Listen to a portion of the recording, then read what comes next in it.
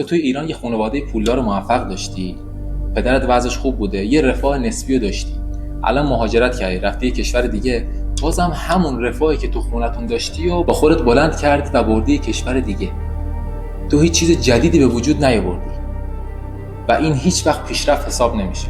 تو میری کلی دوره شرکت میکنی، کلی پول خرج میکنی، کلی مهارت یاد میگیری، دانشگاه میری، ولی هیچ کدوم از اینها پیشرفت حساب نمیشه. اگر بیای یکم دقیق‌تر به خودت و فرایندی که خانواده و نسلتون طی کرده نگاه کنی، می‌بینی که درآمد تو یه میانگینی از درآمد خانواده‌ت، شرایط تو یه میانگینی از شرایط خانواده‌ت، شاید یه پله بالاتر یا یه پله پایین‌تر باشه. هیچ وقت چیز متفاوتی ارائه ندادی.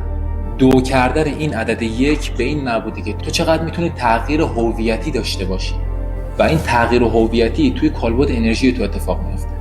نمیخوام از جملات زردی استفاده کنم که راجع به قانون جذب استفاده میشه، نه، من فقط میخوام این رو بهت بگم که تو باید اول بتونی به یک شخصیت متفاوت برسی، به یک نگرش متفاوت برسی.